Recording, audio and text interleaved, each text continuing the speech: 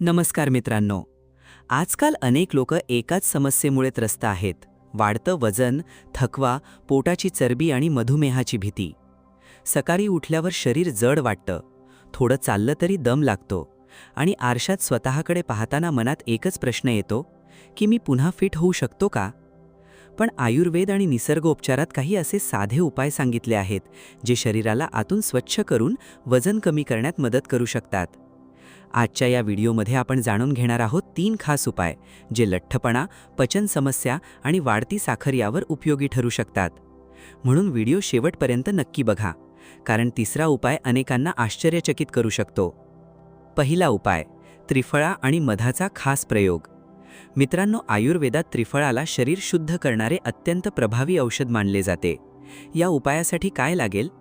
1 चमचा त्रिफळा चूर्ण, 200 ग्राम पाणी, 2 चमचे मध. रात्री झोपण्यापूर्वी त्रिफळा चूर्ण पाण्यात भिजत ठेवा.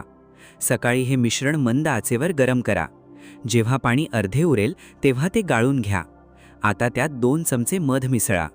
हे मिश्रण कोमट असतानाच प्या.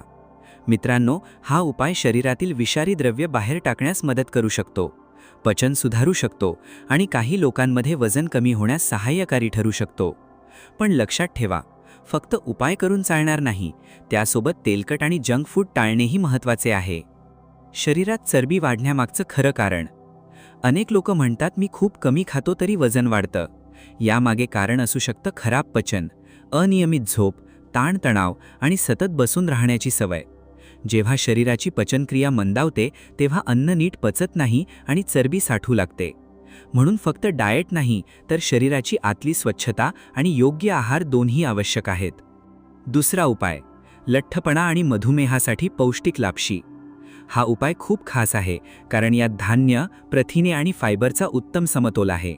यासाठी लागणारे पदार्थ: 500 ग्राम गहू, 500 ग्राम तांदूळ, 500 ग्राम बाजरी, 500 ग्राम अख्खे मूग.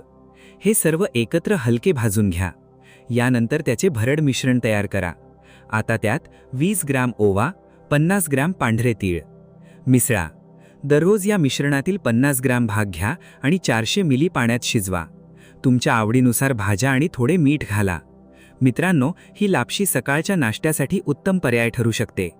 यातील फायबर पोट जास्त वेळ भरलेले ठेवते, ज्यामुळे वारंवार भूक लागत नाही. तसेच शरीराला ऊर्जा मिळते आणि अशक्तपणा जाणवत नाही. 15 ते 30 दिवस नियमित सेवन केल्यास काही लोकांना सकारात्मक बदल जाणवू शकतात.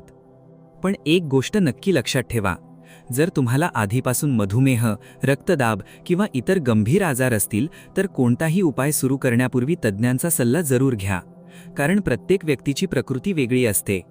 तिसरा उपाय, अश्वगंधेच्या पानाचा पारंपरिक उपयोग. मित्रांनो, अश्वगंधा हे आयुर्वेदातील अतिशय प्रसिद्ध वनस्पतींपैकी एक आहे. या उपायात सांगितले आहे, सकाळी, दुपारी आणि संध्याकाळी अश्वगंधेचे 1 पान हाताने कुस्करून छोटा गोळा तयार करायचा आणि तो जेवणाच्या 1 तास आधी किंवा उपाशी पोटी पाण्यासोबत घ्यायचा. पारंपरिक मान्यतेनुसार अश्वगंधा शरीराला ताकद देण्यास, ताण कमी करण्यास आणि चयापचय सुधारण्यास मदत करू शकते.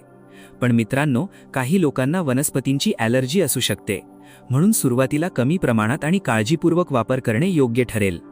वजन कमी करण्यासाठी 5 महत्त्वाच्या सवयी. फक्त घरगुती उपाय करून फायदा होत नाही, तर या सवयीही अंगीकारा. 1. रोज कमीत कमी 30 मिनिटे चालणे. 2. पुरेसे पाणी पिणे. 3. रात्री उशिरा जेवण टाळणे. 4. साखर आणि मैद्याचे पदार्थ कमी करणे. 5. ताण-तणाव कमी ठेवणे. या छोट्या सवयीच मोठा बदल घडवू शकतात. शेवटचा महत्त्वाचा संदेश. मित्रांनो, वजन कमी करणे म्हणजे फक्त सुंदर दिसणे नाही, तर निरोगी आयुष्य जगण्याची सुरुवात आहे. आजपासून छोटा बदल करा, कारण छोट्या सवयीच पुढे मोठं यश देतात. जर तुम्हाला हा व्हिडिओ उपयुक्त वाटला असेल तर व्हिडिओला लाईक करा, तुमच्या मित्रांसोबत शेअर करा आणि अशाच आरोग्यविषयक माहितींसाठी चॅनलला सबस्क्राईब करायला विसरू नका. धन्यवाद. पुन्हा भेटूया एका नवीन आणि उपयुक्त व्हिडिओसोबत.